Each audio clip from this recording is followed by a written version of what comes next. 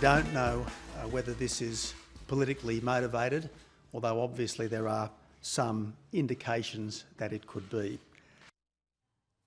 All right, I would say if one of the demands of the gunman holding hostages is for an ISIS flag, it's at least politically motivated, if not religiously motivated. Joining us now, the Malzberg panel, the host of the Roger Hedgecock syndicated radio show, and that would be Roger Hedgecock, and columnist with Breitbart.com and the American Thinker, and author of WTF, How Rove and the Establishment Lost Again. See Edmund Wright. And let's go to Roger. Roger, you know, I laughed as I watched the BBC coverage. They had it before anybody else last night, and they kept warning us, even though that Islamic flag was in the window being held up by the hands of the hostages, saying Allah is the only way. They kept cautioning us not to jump to conclusions. It's the same old head in the sand denial process of liberals everywhere, and apparently it's infected some of the officials in Australia. It has not affected Australian public opinion, by the way. This guy was already infamous for sending letters to the members of the deceased soldiers from Afghanistan, Australian soldiers who died in battle, sending letters to their relatives saying that the soldiers had been murderers. So it's a Westboro Baptist kind of guy in a Shia clothing, and he's also been very famous for his videos denouncing Australia. I mean, he moves there as a refugee from Iran in 1996, and then becomes a self-styled sheikh and an imam and all this kind of stuff. It's obviously another Muslim gone anti-Western crazy, and the site of this cafe is also important. It's in a building that houses the Federal Reserve Bank for Australia.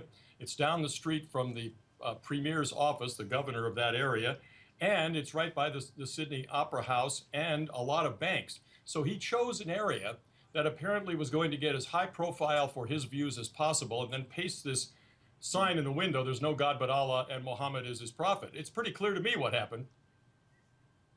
Yeah, and Edmund, you know, he had two demands. He wanted an ISIS flag, and he wanted to speak to the Prime Minister. It just seems to me, you know, there's no way to prevent this. Once the loonies are out there and allowed to operate, there's got to be a way, maybe there's not, maybe to stop the loonies from getting out there. And I don't know what that is. Well, Steve and Roger, you guys are off base. This is just more workplace violence, right?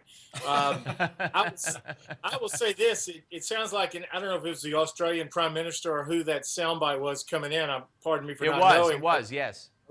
All right, well, he's not where he needs to be, but he's still ahead of President Obama and General Casey with regard to Fort Hood.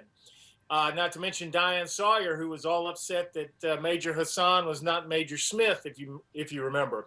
It amazes me how these liberals walk around. You know, they remind me of these clueless parents at one of these no-score league, little league games where every child in the dugout knows the score, and the parents are up there congratulating themselves and no one knows the score. But the score at Fort Hood was Jihadist 13, Fort Hood nothing, and everybody knew it, and everyone in Australia knows the score here as well. Maybe some adults will admit it. Absolutely. And Roger, isn't it true that Australia has one of the, that nobody has a gun? Didn't they come and confiscate everybody's gun at one point? Yes, they did. And now, of course, we know the obvious result of that. And it's quite clear that what we've got to do is cling to our, as Obama charged us with doing, we have to cling to our Second Amendment and our Bible, but we have to cling to that Second Amendment as this first line of defense against something like this disrupting your morning coffee, for crying out loud. Yeah, Edmund, he's right. Cling to your guns, and also cling to your God while you're at it too. Yeah, well, you know, that's what the founding fathers did. They clung to their guns, they clung to God, they clung to cigarettes, they clung to meat. They were white guys. I guess they were just totally wrong.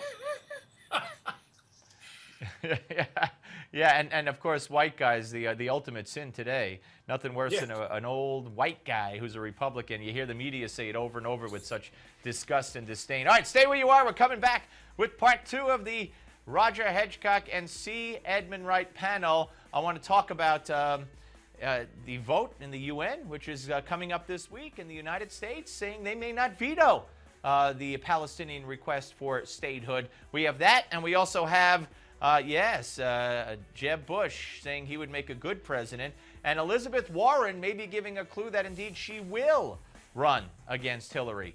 All that straight ahead right here on the Steve Malzberg Show, only on Newsmax Television.